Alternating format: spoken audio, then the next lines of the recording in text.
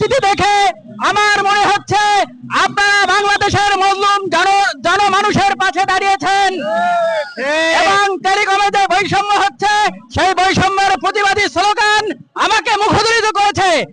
আমি বাংলাদেশ টেলিকমিউনিকেশন মন্ত্রণালয়ের দৃষ্টি আকর্ষণ করছি, বাংলাদেশের খেটে খাওয়া মানুষ রাত দিন পরিশ্রম করে টেলিকমে সার্ভিস করতেছে, কিন্তু 16 থেকে 17 ঘন্টা জব করে ওদের স্যালারি ন্যূনতম যেটা হচ্ছে একজন রিক্সা চালকের চেয়েও কম।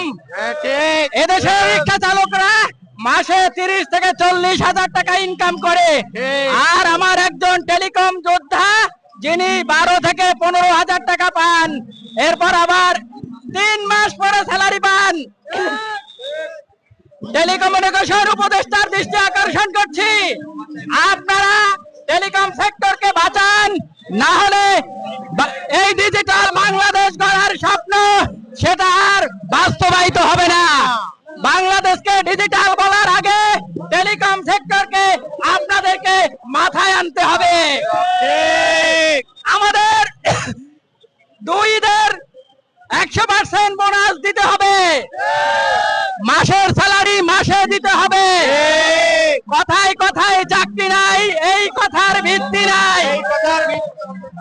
টেলিকমিউনিকেশন মন্ত্রণালয়ে যারা আছেন আপনাদের দৃষ্টি আকর্ষণ করে বলছি, আপনারা বাংলাদেশকে আরো যদি এগিয়ে নিয়ে যেতে চান, বর্তমানে প্রধান উপদেষ্টা যিনি হচ্ছে নোবেল বিজয়ী, দক্ষিণ এশিয়ার না সারা বাংলাদেশের একজন লৌহ মানব বলতে পারি, সেই লৌহ মানবের কাছে আমাদের দৃষ্টি আকর্ষণ, এই টেলিকম যোদ্ধাদের সকল সুযোগ সুবিধা আইন অনুযায়ী দিতে হবে, দিতে হবে,